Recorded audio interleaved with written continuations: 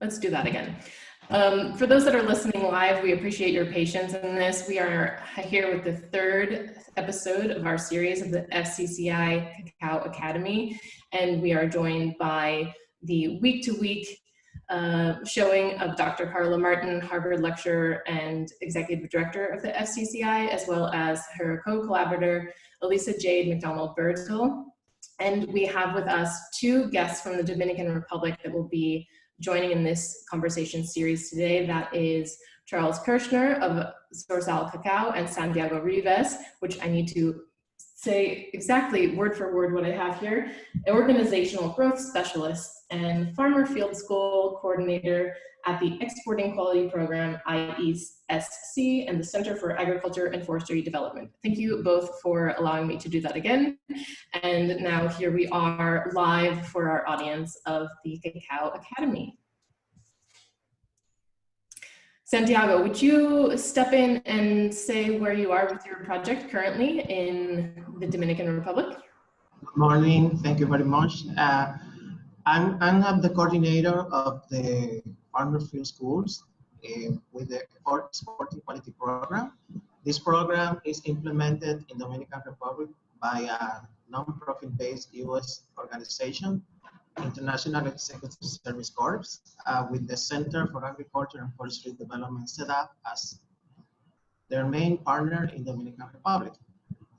The program is working with 5 value chains: avocado, pineapple, cocoa, and greenhouses and Asian vegetables. And the program is providing technical assistance through the whole value chains in these crops, considering producers, packing houses, and exporters. And as regarding producers, the program has identified farmer field schools as a suitable learning tool to contribute to technical adoption in order to contribute to productivity and production in all these crops. But in this case, we're going to talk about cocoa. But about farmer field schools is not adoption, and we consider this approach because it's a co-construction of innovation and considering agro-system approach, and so all the biotics and no biotics topics related to the crop. That is the best way to sustainability to face the challenges of global impacts that are affecting food production nowadays. Thank you. And I think because we're getting used to these live series, we have a couple of hiccups, and I might have also omitted to acknowledge myself here. I'm Lauren Heineck, and I'm grateful to be here as the moderator. Charles, would you just chime in again and offer your introduction, as we lost that in the initial minutes? Absolutely. So, thanks for having us here. And yeah, I'm Charles Kirschner. I'm the co-founder of Zorzal Cacao. And we started this project 12 years ago, actually, focused on, it was a conservation project to start. And it was focused on a migratory bird called the Bicknell's thrush. In Zorzal in Spanish is thrush.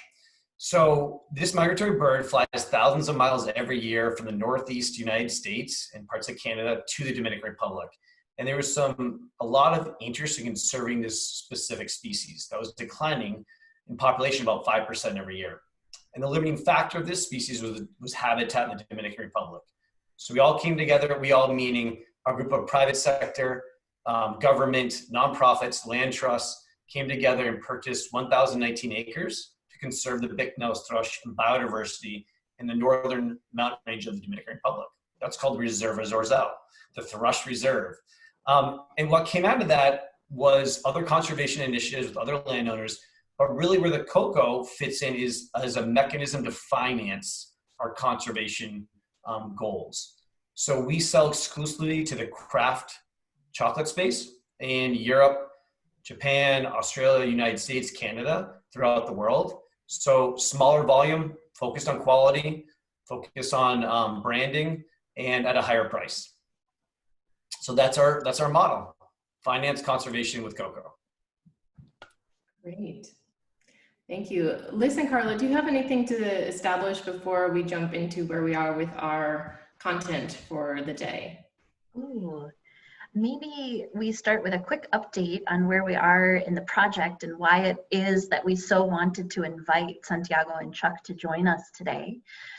So one of the countries where we will be working to develop some of the digital curriculum for this collaborative digital cacao farmer peer training platform, I know that's a mouthful, FCCI Cacao Academy in short, is the Dominican Republic. And we're really excited that that means that we'll get to work with Santiago and Chuck.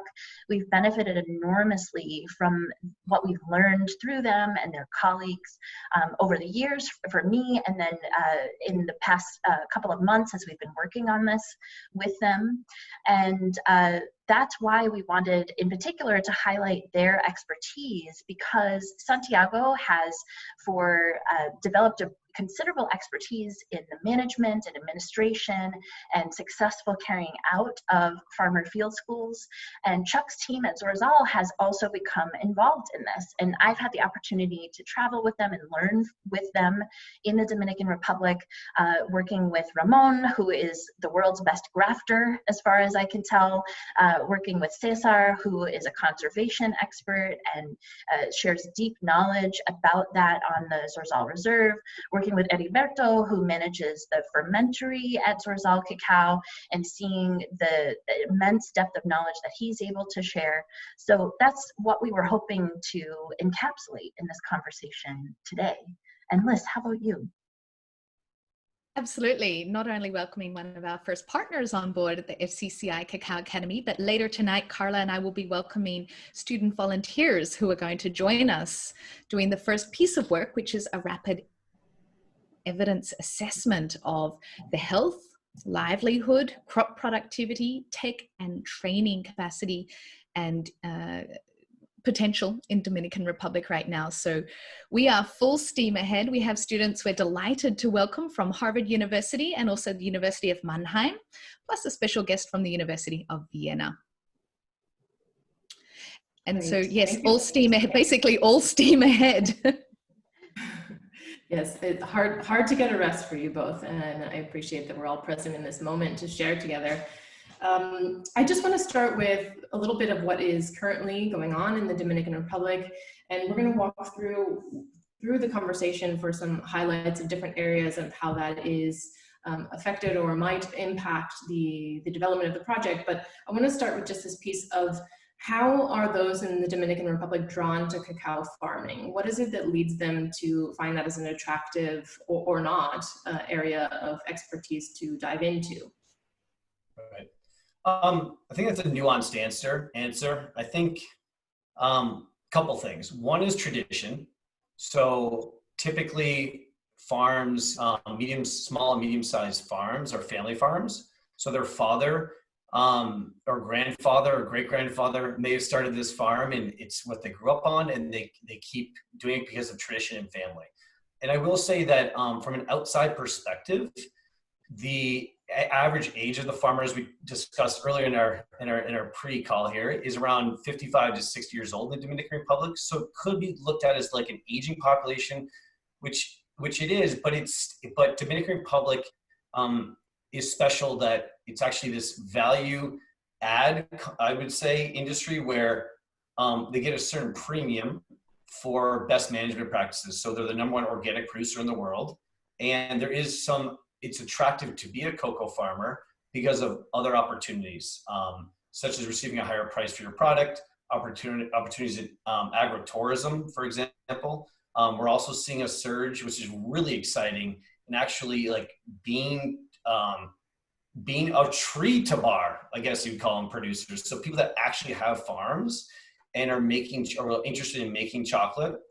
There's a list of them. There's Definite Chocolate, Bolitos and Candon, Cacao Teca, Cacao from Resec as well. So you're seeing a surge in chocolate makers and also the tree to bar chocolate makers, which I think makes it this younger population is more interested in that type of farming. So it's not just producing cocoa beans and selling it to the commodity market, which reflects that elderly age, But as we know, farming is diversified within the family. And I think you're seeing the younger, while at 55 to 60 is the reflective age of the owner, the children, the new generations are getting into this kind of new age craft chocolate, agritourism.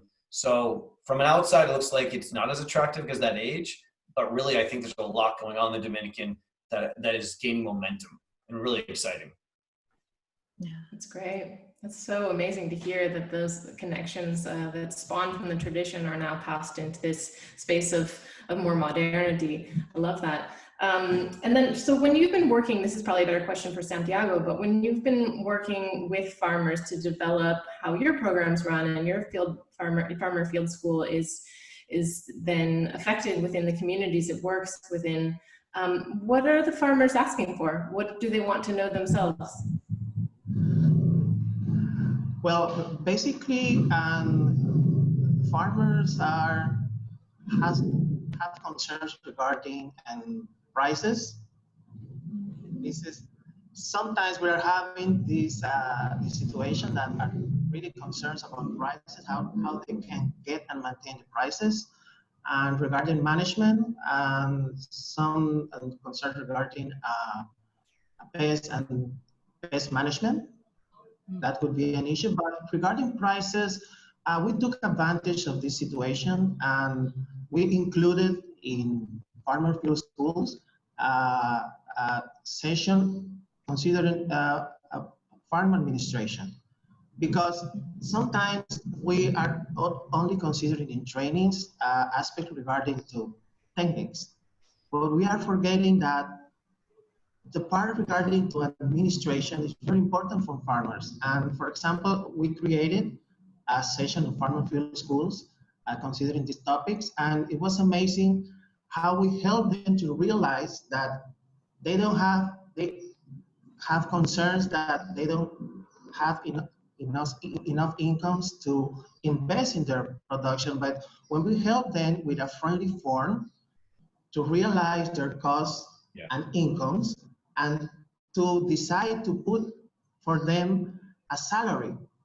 and how to create a salary, and this salary is only for then expenses and the other incomes are for the farms, they'll realize that they have enough resources to make investment and not affecting their families' commitments and resources. And that was very interesting for us to take advantage of this interest and include farm skills sessions regarding to farms administration. Can I parlay off that? So I think Santiago's hit the nail on the head, so to speak. And so there's a lot of capacity in the Dominican Republic, and farmers know clones. There's a lot of technical expertise and technicos that go out in the field from government and also cocoa buyers. And so I think, and specifically speaking, I was actually in the Peace Corps in the Dominican Republic as an agroforestry volunteer, but there's no longer agroforestry volunteers, right? Because the capacity there in the Dominican Republic is there. So these former focuses on like best management practices, like pruning, grafting, they know how to do that. So I think the farm management, administration, bookkeeping is absolutely paramount. That's what will drive it to the next level. In my opinion, the farmers we work with, some don't know how much they actually produce a year. They don't know their costs, their inputs and their outputs. They know it at the moment, but from a comprehensive viewpoint to manage your family farm, which you have other income probably coming from other places, it's not penciled out. So I think that's very critical. I'd say the capacity is definitely there in the DR, and I think focusing more on admin, honestly, would be in the future is a great opportunity. And also, it was an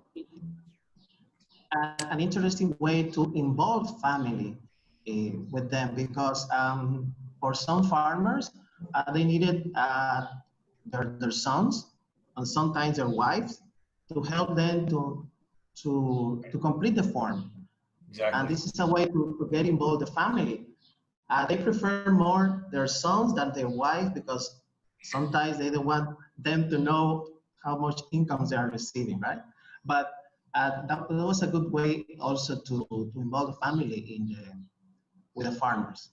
and to encourage their sons to be involved in the crops. And when you're introducing new skills to them, or maybe new tools that they would need to access to perform admin or bookkeeping, and they have worries about limitations of cost or how they might access such, how do you ease that for them? Like, what sort of offerings do you provide? Are you asking how we decide with them topics, or? I think a little bit of both. Was also about village savings and loans programs. So as you mentioned before, you were talking about entrepreneurial development and supporting farming households to identify their profit and loss. Part of that training we also see in some other countries, and some of that, for example, will then relate to village savings and loans programs and other sorts of financial mechanisms that are available to farmers to incentivize them to manage this profit and loss orientation so they can make the investments going forward. So I believe that's where Lauren's question was going. So I can speak to what we do for the finance. We advance purchases because it's a cash flow business, farming and cocoa. So in times where they need cash prior to the harvest for pruning, for weeding, etc., we'll advance money at interest-free.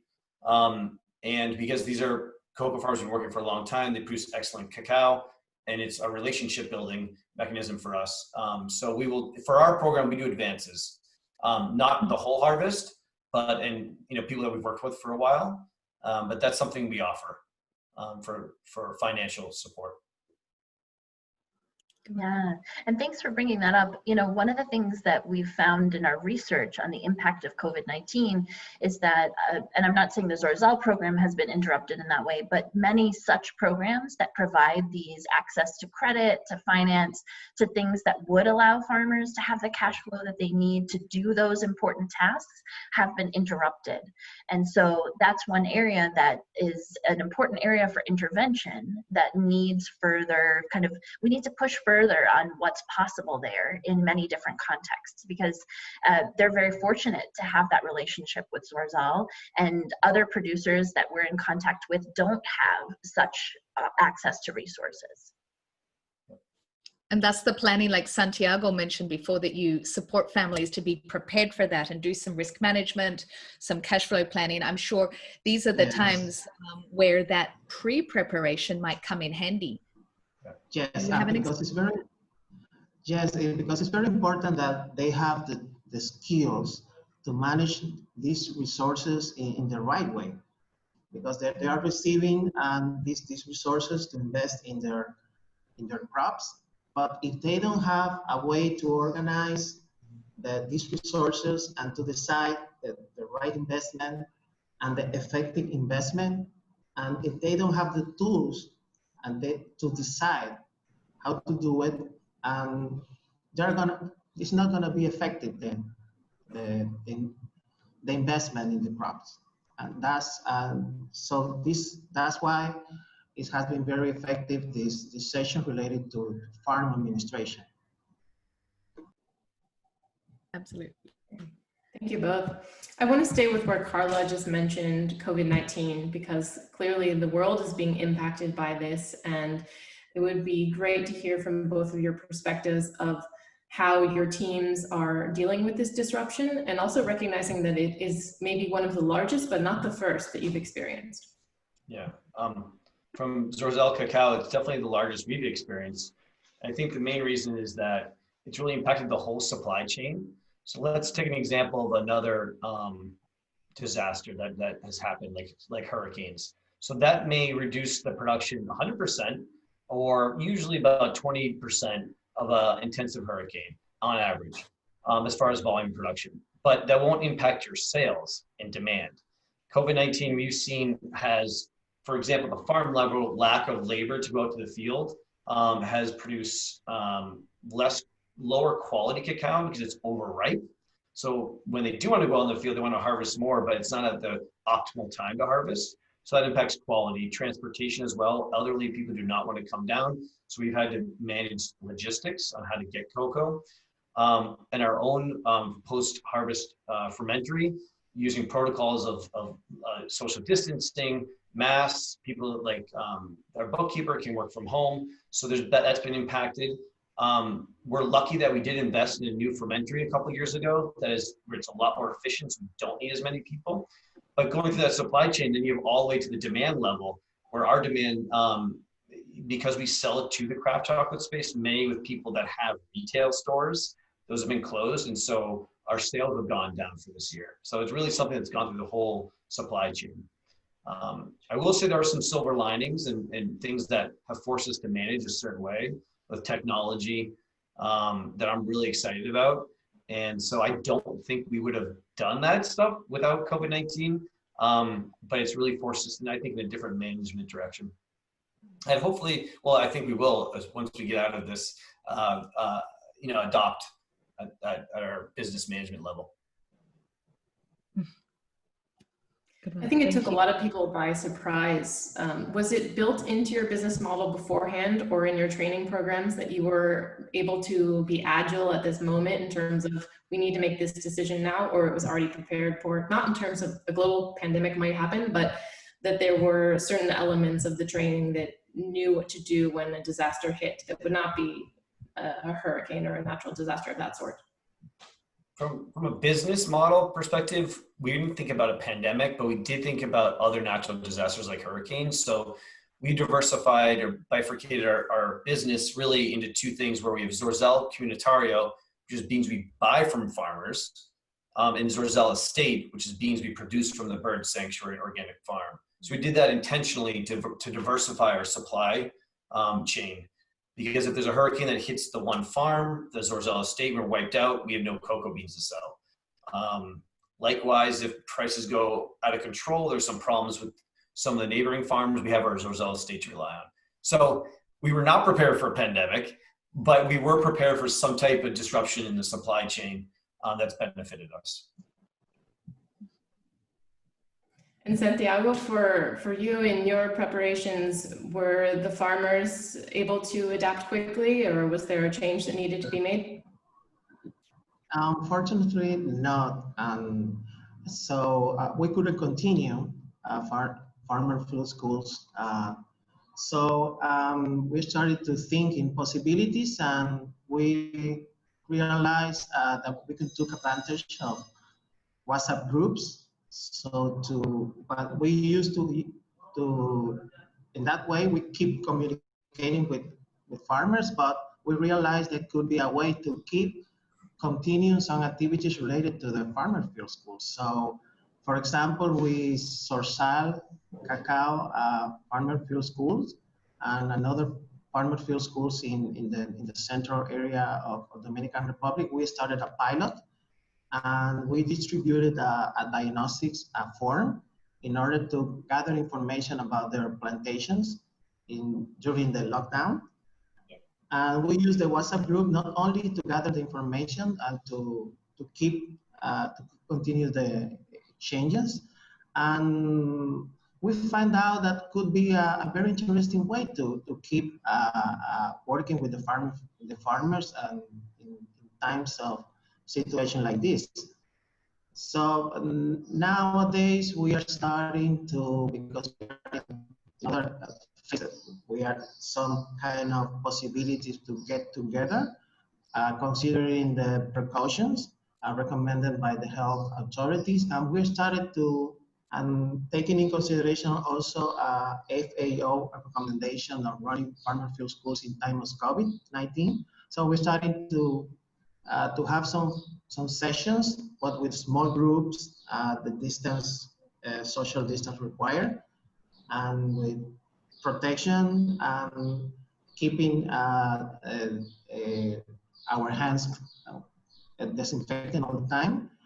But we need to complement, so we need to keep considering the digital possibilities to complement farmer field schools, because are really affecting because we are trying to continue, but we cannot do it at normal possibilities under these circumstances. So probably the digital options would be a way to complement what could be doing under the circumstances. That's why we're here to help you. Thank you very much. Santiago, in the in the diagnostic tool that you sent out quite quickly to the farmers in the central region, what data did you gather? What were they reporting back as key concerns from the farm perspective?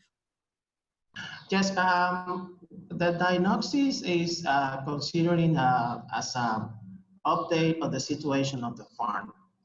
It considering what kind of agricultural activities are done, what need to be done, and how is the plant, if there is any pest or disease condition present in the farms.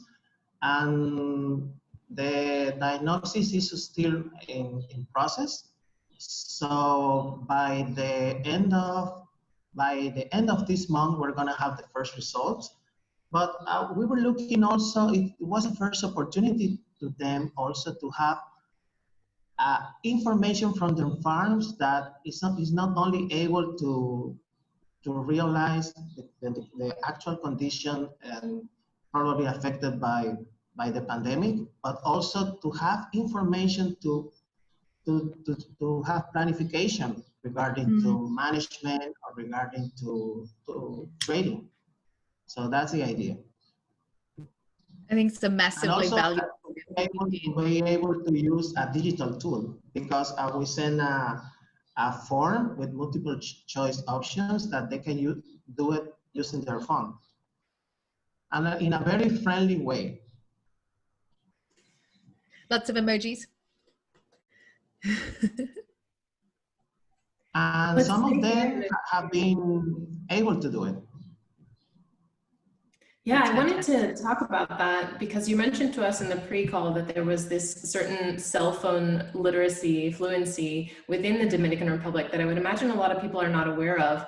Either you or Charles, if you could speak to how the cell phone has become the most popular element within the country, so to speak, in terms of how they're communicating. Oh, Chuck, you're muted. Yeah, no. I did that classic one. So I can just speak to Zorzel Cacao. So yes, very fluent and efficient with apps and working with farmers, staff. For example, WhatsApp is very popular for daily communication and doing our team meetings that we have every morning at 9 a.m. We've done a couple of Zoom calls with our organic certifier. We actually had an organic inspection via Zoom.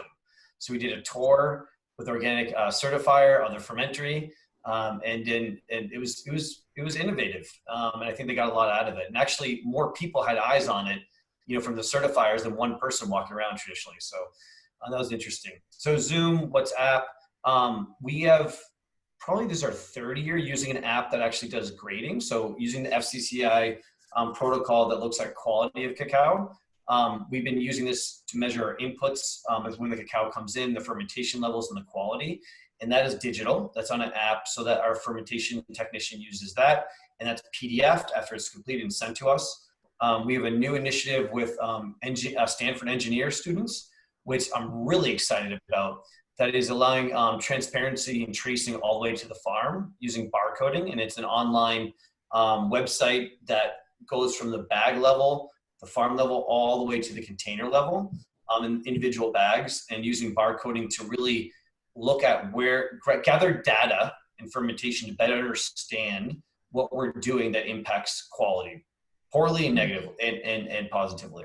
So I would say all the way from the basic WhatsApp communication to like new innovative online ways to communicate with staff and farmers.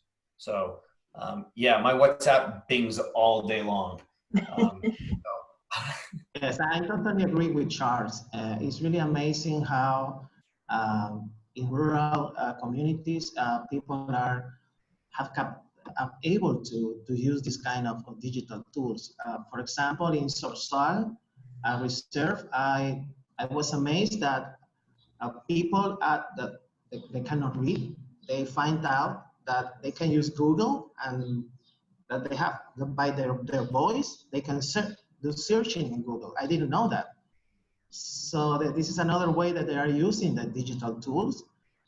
And the pandemic, we have to recognize that it's helping in that, but they are able to use this kind of tool for a long time. And for example, for religious activities, they are using Zoom very much. So this is helping them to get used to this kind of tool for communication. Most of them are teaching me to use Zoom. I know, me too. So, because I'm learning to use Zoom because of the pandemic, but they are able to use Zoom for a long time. I would say the farmers in the Dominican Republic are very sophisticated as far as a lot of these applications, and even just using information that's on the internet. So we'll be negotiating a contract, and they'll just tell me what the New York exchange price for cocoa is that day. Well, today it was this, and it's going up for the futures, and it's like, oh boy, that's all. So it's great. I mean, there's a lot of transparency and very access to information. And Dominican Republic is very competitive in cocoa, so farmers do get a great price. In addition to the organic and the environmentally friendly standards and certifications that give them more money per ton. So. Wow, thank you both. It's so interesting to hear about this. And for me, one thing that really strikes me about what we're learning about technology adoption by cocoa producers in the Dominican Republic is the fact that we know that most of the farms there are small family-run farms where there are multiple generations of people living with one another.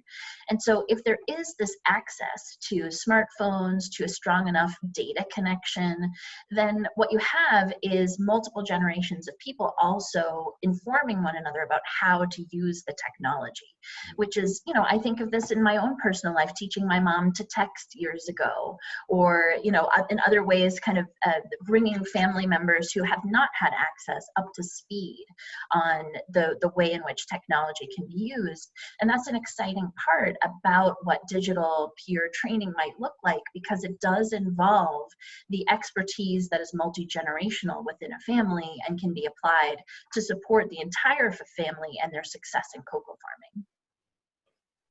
Absolutely. Absolutely. In addition to this multi-generational, it's also available then to people who might not have had access before to official farmer training because perhaps their name was not on the title of the land. Perhaps the land is sitting in succession management, or perhaps their gender or their socioeconomic status or their place within family history might mean that by the nature of who they are, they might not be able to access traditional farmer training. So again, with the idea of digital tools and the liberty of who that is available to, all ages and all people and backgrounds, which is, I think, what we are most excited about is, as you explain here, access to information and skill set to understand and use it in a positive and growing way is the ultimate path for resilience and independence building. And the more that can be put to the people who need and want it is, this is how we all grow forward, pandemic and beyond. I was really surprised to see from such a small island that you have the highest percentage of cocoa certification globally. That's an incredible achievement. Can we spend some time just there for a moment in terms of maybe how that came to be historically, or what you see now in terms of various programs like Sorsal Cacao coming in to then build upon that with new linkages to foreign exports? Yeah, definitely. So it's around usually averaging the 10th largest producer in the world. So it's not small production, but compared to West Africa, it cannot compete at the commodity level. I think this was recognized decades ago, and I saw in either the late 70s or early 80s, one of the smartest things the government did was they differentiated commodity cocoa, which is called Sanchez, and we'll call it fine flavored cocoa, which is Española, fermented cocoa. And that distinction, but two, really helped the industry identify, okay, what's going to get a premium, what's not going to get a premium. And then they focused on central fermentation, which really helped consistency and quality. So the 95% of cocoa in the Dominican Republic goes to essential fermentary, like Zorzel has, and then from different farms, and that's fermented and dried and then exported. So that's helped with the consistency. So I think in addition to like the fine flavored distinction, Español and Sanchez, certifications came on in a way that first was organic and fair trade, where the organic is really consistent with how farms are managed in the Dominican Republic. It's an agroforestry system. Traditionally, it is an organic farm. It's not monoculture. There's not pesticides. There's some probably on some farms, but it's not intensive culture, which leads to lower volume. So one way that to compensate for that was the organic certification, and then the fair trade certification as well. So I would say that was like tier 2 after the Español Sanchez, that really gave more value add and environmental friendly kind of price points. And now I think we're in a third tier, or maybe a fourth, where I think the craft chocolate space wants something more. They want the direct trade. They want to be able to know the farmer. They want better quality than Española.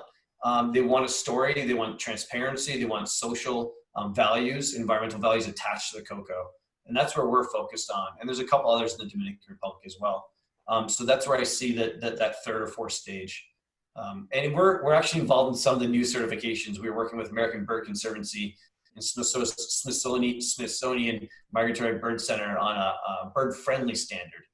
We're not going to call it a certification yet because there's a lot of certifications, and there's a pushback from the craft chocolate space and certifications because there's so many. But yeah, something we're interested in. Fascinating. Thank you. Liz, did you want to come in and talk about action plans and how this might relate to that? I will come to that. In addition, as you say that the fine chocolate space is interested in next level transparency, I think we could map the development of what you were explaining with cacao sales and commodity trade and then speciality to farmers' needs, and what you opened with, which was, and both of you have said that farmers are more interested in multi-diverse financial models, in terms of one from a risk management, two from different potential that farming offers. And I think that really brings us to the point, you could almost say that the farming model of just relying on cacao is unsustainable because the prices are volatile, whether they are organic or not, whether they're Dominican Republic or not. It's still a high risk choice to 100% go into cacao and expect it to meet family needs. And I think the idea of all of the diverse business models as it pertains to multi-diverse farms, being able to bring food into the household for security, as well as other products like vanilla or Santiago, you mentioned before that your organization is interested in Asian greens, avocado, and other value products besides cacao to open the opportunities for farmers. How do you see, like following on from Charles's point before, that the diversity and the progression of the market is interesting, from a farmer perspective, how interesting is a diverse portfolio of investments and potential returns currently?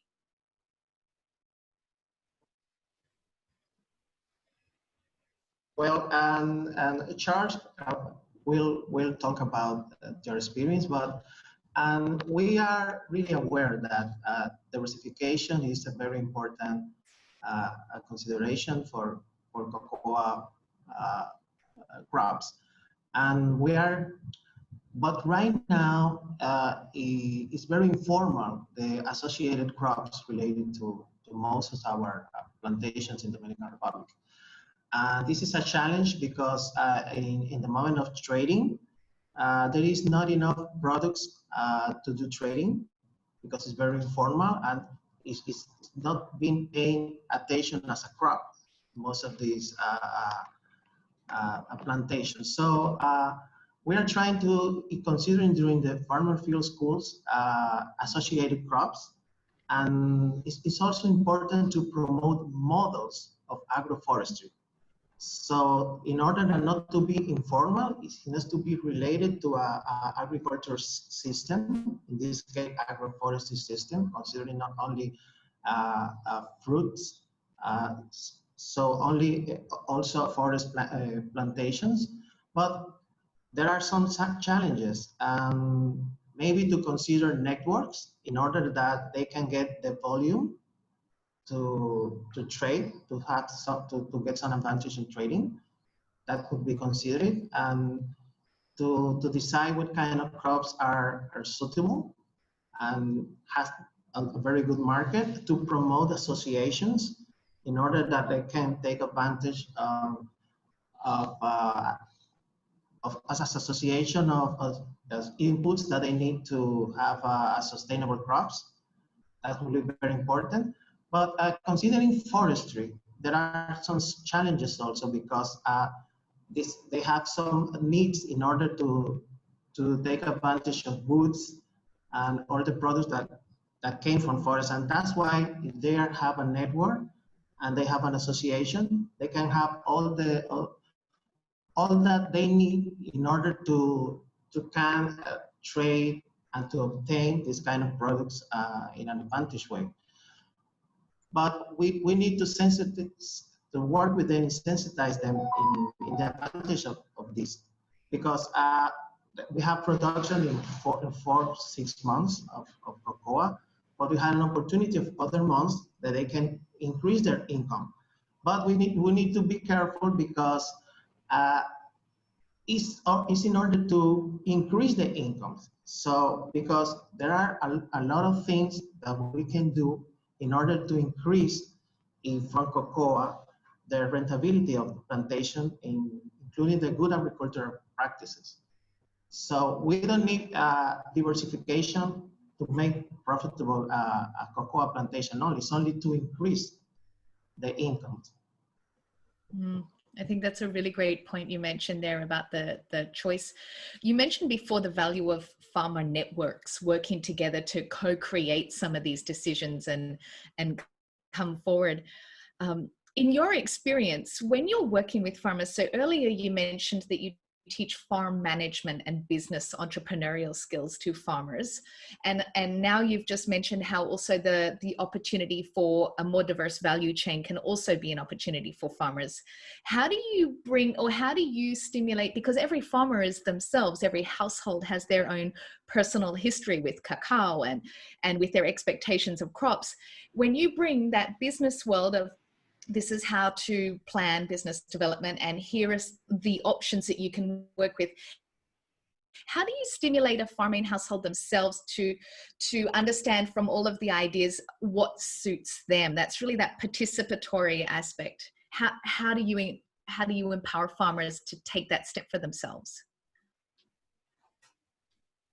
It's very important in this kind of methodology to have demonstration opportunities.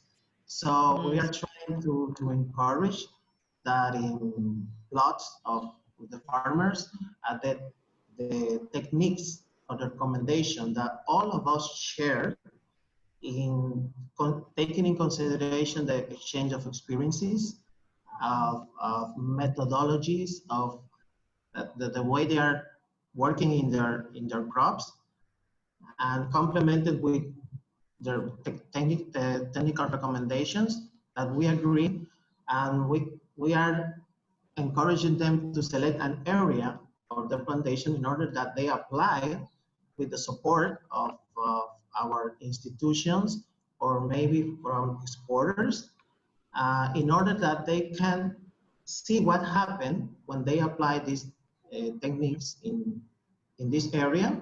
And when they see what happened, and at the same time they get the discipline to do that, because sometimes this is another difficulty, because you can learn how to do something, but there is a challenge of the discipline that you need to do something that you haven't been doing before. So this is another way that help them to convince and to take into consideration some techniques. But it's very important that is considering in taking in consideration the agro ecosystem situation. So everything is related, taking in consideration the organism and the not living components relating to the crop. And there is a construction of innovation that they are taking in consideration. It's not something that we bring from outside. It's something that is created by them, with them, and all together. Yeah. That ownership factor. I would really, I would agree with Santiago, absolutely, that the exchange and exposure is key to adaptation. So this can be local exposure to your neighboring farm that has a great example and they can see it and then practice it. And what we've done at Zorzal, we've done those, and we've also done some international exposure. So I think it's seeing outside, not the box, but the farm, in exploring areas visually and personally, so it resonates. So for example, we went to Ecuador with some farmers and staff from Zorzal to understand more about agronomy and intensive cocoa production. So Costa Esmeralda hosted us, Sacha Gold, Camino Verde, Ecom as well. And so there was like an agronomy perspective that when they saw that, they're like, oh, we just don't have that in the Dominican. It was brought back and applied, as well as fermentation and building out post-harvest facilities. So that for us, and then I can say not just farming, right? I think what we've also done is exchanges in the United States with Dandelion Chocolate, for example. We had an internship there with some staff and farmers, so they can understand how chocolate is perceived at the end of that supply chain. How do people treat it? How is it viewed? Not really to learn how to make chocolate, but what's this industry all about? Why are we producing, giving? And let's be frank. I mean, the cocoa farming can be financially viable, but there's other things that can make more money. So if you can engage people's and emotions, and they want to do this to continue their family farm tradition, or to get something they're excited about and be financially rewarded, I think that's the win-win. So for us, it's really been these exchanges outside the Dominican, inside the Dominican, having people come to the Dominican as well. They see the whole picture of why they're doing it, not just, I'm on my farm, I need to diversify for this reason. It's kind of a holistic viewpoint. Thank you both for sharing that. So there are a few things that really stand out to me pedagogically about what it is that you're sharing. So one is people learn by seeing other models. So if they have, if you learn to write an essay by reading an essay, so you see what an essay looks like, you see the structure, and then you can model your essay after it. The same is true for farming, for anything. Likewise, we also see that people learn by repeating the mastery of skills. If you've ever seen a toddler and the way that they try to go up a set of stairs, they don't get it the first time. They try it over and over and over again. That is true of adult learning as well. We have to have that repeated ability to access information and to work with it. And those are a couple of nice things that are possible with digital curriculum, because you can have an in-person experience with a model, you can have a digital experience with a model, but then you can have repeatable access to that information to master those skills. And then this ability to either travel internationally or at least access information about how things are being done on other farms around the world, in chocolate production facilities around the world, also allows for a better understanding of where people fit within the supply chain, how what they do impacts someone else. And that's also key to how we develop critical thinking skills and a sense of worth to the work that we're doing. So all of this makes absolute sense from a pedagogical perspective, and I'm so excited to hear it from what you're doing in your own work. It's good that I'm glad we're doing it right then. It's consistent with pedagogy. Excellent. I'm curious with this exchange, particularly as it pertains to peer-to-peer, if there's intergenerational or intergender responsibilities. Mm-hmm. Intergenerational, it's really the younger generations that are interested in it from our experience. I would say both genders are equally interested. I think it's more of a generational thing, where the elderly are just not as easy or adapt to changing their methods. They might be interested, but they'll usually send the son to the exchange, or daughter. Sure. Excellent. So we have just a little bit more of our time on the clock here. And one thing before we dive into our closing questions, I would love to hop back to this space of biodiversity and conservation, because I know, Charles, in particular, you've spent a bulk of your scholarship and research within that and now practical work. So Liz, did you have something that you wanted to touch on in terms of, well, I have to go back to my page. Liz, was there something that you wanted to touch on regarding biodiversity? Yes. Charles, with your experience with biodiversity, that's really all about multidisciplinary approach to crops and agriculture. Where do you see also things like farmer health and farmer household health? So expanding that biodiversity out, not just from the ecological, but that sort of planetary health perspective. How has that come up for you? Yeah, cocoa is not the most intensive agriculture to produce, but it is intensive, and it can be damaging to your body, especially weeding with a bent over back the whole time. So that's probably the most vulnerable area for farming in cocoa. I will say that the rest of it, harvesting pods under shade, is relatively light. Something that we've done at our fermentory to improve the health of staff and farmers is technology and advanced fermentory. So we're no longer carrying bags, on our heads. We're no longer doing things. Sometimes we carry them on our heads just because it's a tradition. But we have forklifts. We have cascading boxes. So moving the cocoa, you just shove the cocoa down to the next level. So sanitation as well, cleaning every day. So things like that, through technology, we've tried to improve health at the family level. But it is important because as people, there can be physical impacts from cocoa farming. If younger generations that are more understanding of these impacts want to get involved, it has to be more advanced technology to assist. Absolutely. Santiago, in your experience, have you, I wanted to ask you, in your experience, the feedback you receive from all the farmers that you train there, have they typically talked with you about health challenges that they have as it comes to doing cacao farming? Maybe things like vision challenges besides the joint and back aspects that Charles had mentioned? Yes, I was about to add that regarding biodiversity, there is a challenge because the biodiversity regarding to cocoa is for a farmer, it's not easy to realize the advantages. So that's why the agroecosystem analysis that is implemented through farmer field schools is a very interesting tool because we understand the relationships of all the organisms and all the non-living components in the crops. So, for example, we have an example talking about the woodpecker.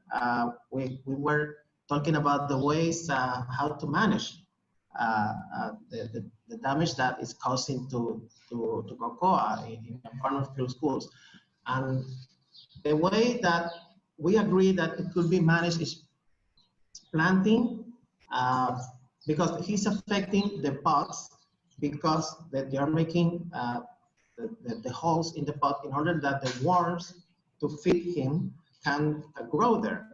So, but when we have biodiversity, that doesn't have to happen in a cocoa pod. When we have biodiversity, it happens in another fruits and other plants on the surrounding, but they are disappearing.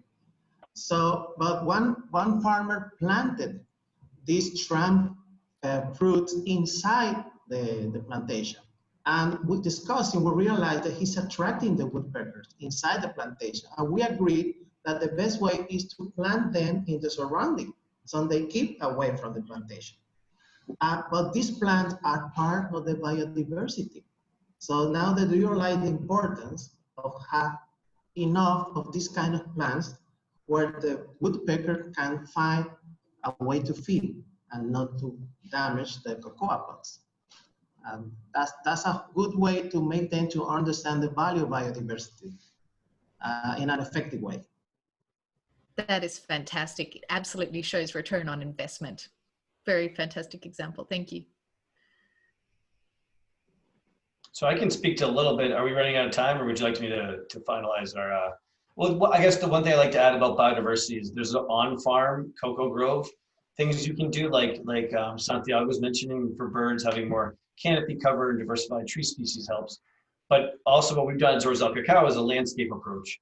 So through cocoa groves, but also having a private reserve outside the cocoa reserve groves that's protecting forever wild conservation. So we've achieved 3,000 acres of conservation through private reserves and carbon reforestation efforts. So actively planting trees and getting payments for planting trees for climate change benefits, but also establishing the land as a private reserve, government recognized private reserve that requires a management plan over long term for biodiversity conservation. I think that's going to really help the landscape scale goals for biodiversity. Absolutely, and prove the business model about the value of what protecting and growing environmental biodiversity can bring, not just for land, but the proof points with the cacao back. Well done. Exactly. Great. Yes, So we because have there to are about, already, sorry. Santiago, go ahead. I was about to add that there's a lot of benefits related to regulation of pests and diseases and soil conservation, nutrition of the soil, all of these, and in some way to demonstrate this with the exchanges that our farmer field schools provide is really the best way for them to understand and take advantage of ecology and biodiversity in order to improve in a sustainable way their plantations. Right on. Thank you both. We got a late start, so we'll just have about 5 minutes more. Carla or Liz, something to add before we have our closing statements? For me, we've covered everything. Yeah, I'm so excited that we've had this conversation. Too. I agree. This is essentially what peer learning is literally about. From farmers through to us, to everybody in the value chain that's looking to bring it forward. Thank you. So for the two of you here, Santiago and Charles, we have decided to end our conversations with 2 questions that can help promote what it is that you do in your work and how others can actively participate in that. And the first of that being, what would you like to put on a billboard? A billboard? Where, in nature or on a road? Let's Your put it on choice. a road so other people can read it. Okay, let's put it in the road. So I would say chocolate, a culinary force in its own right, can also be a force for international conservation. There you go. That's fantastic. Yeah. Well, I do think it has ways to bring a lot of finance to conservation. So I'm looking forward to working with that initiative. Well, I can say that could be chocolate is a very popular in society. It comes from cocoa, but if we want to guarantee to have good quality cocoa and enough production, all the value chain must be aware of all the challenges that our farmers are facing. And they need to understand those challenges and to collaborate in order to contribute to the farmers where everything begins. Absolutely. Farmers first. There you go. Farmers first. That's your billboard. I love it. Great. Thank you. And Carla has a favorite podcast that we have taken this from. The podcast is Here to Slay. And the question is, how can we better help you do you? So those who are listening or those who are going to find the videos later on, what are actions they can take that support you? Well, you could definitely buy chocolate made from Zorzal Cacao. And there's a list of those that are, the logos passed through on our website. And by the way, our website is zorzalcacao.com. Follow us on social media and engage in the conversation like you are today. And help this effort move forward for everyone in the cocoa industry. Come and visit. We are building a new visitor center when able, after COVID-19 declines. We did a Kickstarter for that new visitor center, so we succeeded our goal, and we're always looking for more contributions or people interested in coming down. But besides that, I really appreciate you guys having us today, and I think people can just help move this momentum forward by being active. Excellent. Yeah. And what about you, Santiago? Well, for the audience, farmer field schools, regarding farmer field schools, we were talking about digital possibilities, but there are some challenges. For example, in the rural areas, the source of internet sources and energy sources would be a challenge. We talk about some examples, but there are ways that it can be collaboration that can provide this kind of facilities in rural areas in order that we can take advantage of digital ways to continue to provide technical assistance and to exchanges of experiences for farmers. And on the other hand, we have to consider that talking about trainings, opportunities that have been supported by exporters, certification, that a methodology like farmer field schools that have been proved to be effective in a way to help farmers to get to achieve sustainable crops, that to try to prioritize this kind of methodology in order that farmers can maintain sustainable crops and they be able to face the challenges of these global challenges that are affecting food production in our world. So that would be a request for the audience. Thank you both for leaving us with those thoughts to ponder and take action upon. For those who are here on Facebook, please leave comments below if you have questions, or you're able to reach out privately at contact@chocolateinstitute.org. That's the email here. And of course, follow these fine people on the social medias of the world. And again, we'll be back next Wednesday for episode 4. We're so grateful for your time and attention and appreciate you all being a part of this discussion. Thank you so much for having us. No, thank you very much. It was really an honor. Thank you, Looking forward to everyone. working further with you. Thank you so much.